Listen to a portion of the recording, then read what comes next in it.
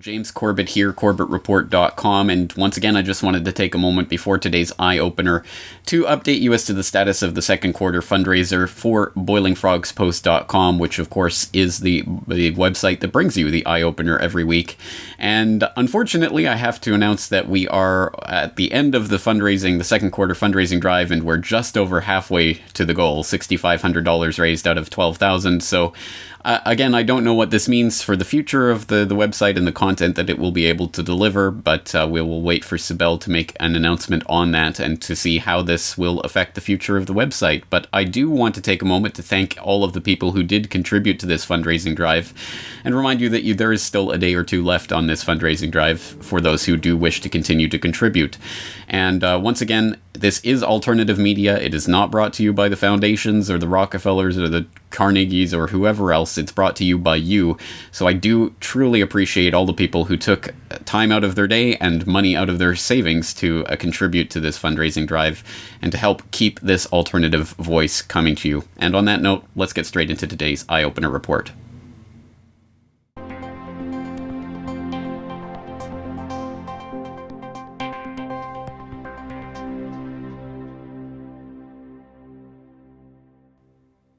One does not have to scratch the surface of pop culture very deeply to see that schools are nearly universally portrayed in our society as boring, stultifying, prison-like environments where students have to struggle to maintain consciousness. Says that at this point on the revenue curve, you will get exactly the same amount of revenue.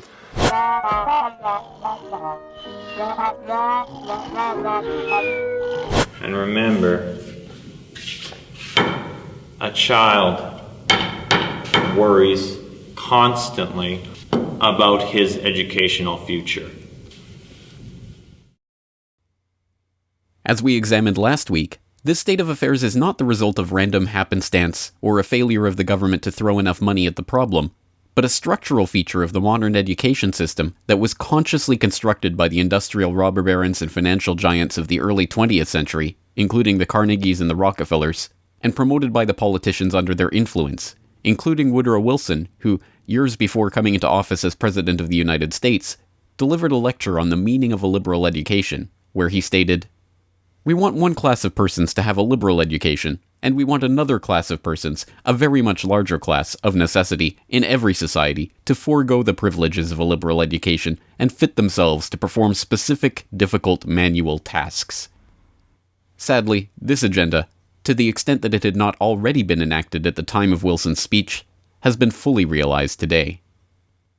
You give your kid away at his or her most plastic years to a group of strangers. You accept a promise, sometimes stated and more often implied, that the state, through its agents, knows better how to raise your children and educate them than you, your neighbors, your grandparents, your local traditions do.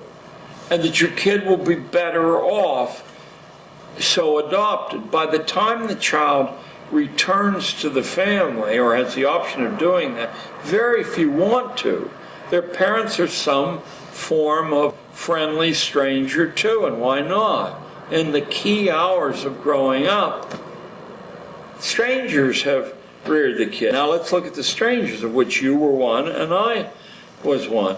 Regardless of our good feeling toward children, regardless of our individual talents or intelligence, we have so little time each day with each of these kids, we can't possibly know enough vital information about that particular kid to tailor a set of exercises to that kid. Oh, some of us, will try more than others, but there simply isn't any time to do it to a significant degree. So what we do is accept, and of course if we don't accept this, we're fired or harassed. We accept a state's prescription that's written in manuals. You do this first, and this second, and this third, and here you have a little latitude to talk to the kids. And the way the state checks on whether you've followed that diet is there's standardized tests given at intervals. If your kids do badly, it does not mean that they're bad readers or anything else.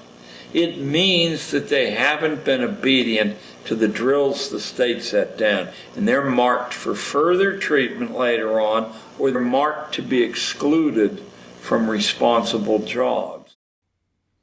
The next logical step in this agenda is the implementation of Common Core, a set of educational standards so poor that those tasked with validating those standards refuse to do so. So my conclusion is that states need to reconsider their decisions for more than substantive reasons. There has been no validation of Common Core standards by a public process. In the national policy, this is right from this document, in national policy there is increasing attention on 21st century competencies, which encompass a range of non-cognitive factors, including grit and persistence is now a part of Common Core state standards for mathematics.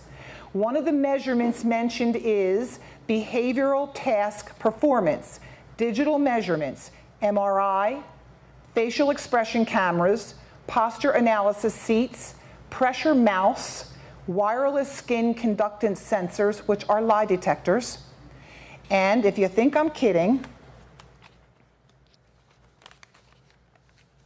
right here in this document, there are the pictures and all the verbiage around facial expression cameras, posture analysis seats, pressure mouse, wireless skin conductance sensors. And they also talk about a thing called fMRI, where they actually image a child's brain function as the brain is functioning while it's reading or learning or under stress. That's in here too. They want to do this to every child? Mm-hmm. Every child will be monitored in every way conceivable. I always like to end with good news. This is my granddaughter. And why am I? She's a year old. She stole the brownie from Daddy and is running away. That's Daddy behind her. Why am I showing you her? Well, she's adorable, of course. But also because every one of you has a face that looks just like that in your life. Every one of you. That's just the delight of your heart. What does the government call that face? A widget. In August of last year, the Pennsylvania Department of Education testified in front of the House Education Committee and said that the outcomes of education, like widgets, need to be the same. And they used the word widget. They said that if you buy a hamburger in a McDonald's in Erie and then you go to Philadelphia and buy a hamburger in the McDonald's, it's the same hamburger. So why can't the children be the same? But for those who are opposed to this conception of schooling, the rote memorization and endless standardized testing, the introduction of biosensors and other devices into the classroom to monitor students' behavior, the prolongation of childhood and arbitrary grouping of individuals by age, the unquestioning obedience to authority that is inherent in the classroom dynamic, the training for the workforce implicit in the segregation of tasks into arbitrary work periods, the Pavlovian conditioning of the bell. What is the alternative? What can be positively proposed as a counterbalance to this palpably destructive form of modern-day schooling? This is not a rhetorical question. It is a very real question that has real answers in the real world. One clue as to an alternative system can be found in the Netherlands, where the prestigious University of Groningen, celebrating its 400th anniversary this year, is establishing a new University College Groningen that promises to challenge preconceptions about schooling, education, and the learning environment. One of the professors helping to establish the UCG curriculum is Tjeerd Andringa, an associate professor in sensory cognition who will be leading a course on the intersection of geopolitics and cognition that will push the boundaries of content and form of education. Some time ago, I wrote a piece about Woodrow Wilson's famous quote about we want two classes of people, one with a liberal education and one without a liberal education. So I started to research what actually was the difference between a liberal education and a normal education. And at a certain moment I sent that to a civil servant of our university. And that civil servant read the paper, we discussed it, and he decided that I should be a good member of the liberal arts education that we were just starting at the University of Groningen. So a week later I had a job there. So tell us about the curriculum you're developing. What kind of bachelor's degree is this going to be? It's a liberal arts and sciences bachelor's degree. It is international. It's basically for all types of students who are pretty good in mathematics and are 7 out of 10 or better, and have a very broad interest. So that is the important thing. And what we are going to do with the students is basically the first year we're going to make them very broad so that they know all kinds of different types of knowledges from different perspectives, and that they know where all types of information are actually. Maybe they don't understand everything, but at least they know where it is, that it's valuable in certain situations, and that they appreciate information really well. That is the grammar phase, the structure of knowledge. In the second year, we are going to the logic phase, which is about solutions, which is about how all types of knowledge can be used for a particular solution. And then you're working on the consistency of information. So how can you build a very consistent view on a particular part of the world, a scientific problem, something with a societal impact. And that will be the second year, so solutions. And the third year is actually solving the problem and selling that problem to the rest of the world and becoming a leader or an example. And so we do, say, 3 things. We open your horizon, we make you a little bit into a scholar, and then we help you to become a leader. Another professor who attempted to provide a challenging, radical, anti-establishment learning environment of self-directed education was Denis Rancourt, who, in his tenured position at the University of Ottawa, experimented with a course on activism in society until railroaded out of the university by threatened bureaucrats and administrators. In 2011, he appeared on the Corbett Report to discuss his experience. So one venue was a course that I developed, which was called Physics and the Environment. And I was given a free hand in that course. It was in a new environmental studies program. And so I decided to bring in politicians, activists, all kinds of societal players that would motivate the learning of the physics and the environmental science. And it just grew from there. And it allowed me to expand and experiment with pushing the limits in a way. And it eventually led to, in 2005, what I called academic squatting, which was to take over this course completely and allow the students and the professor, myself, together to define what it was going to be and how it was going to satisfy our needs and exactly how we wanted to use it in our education.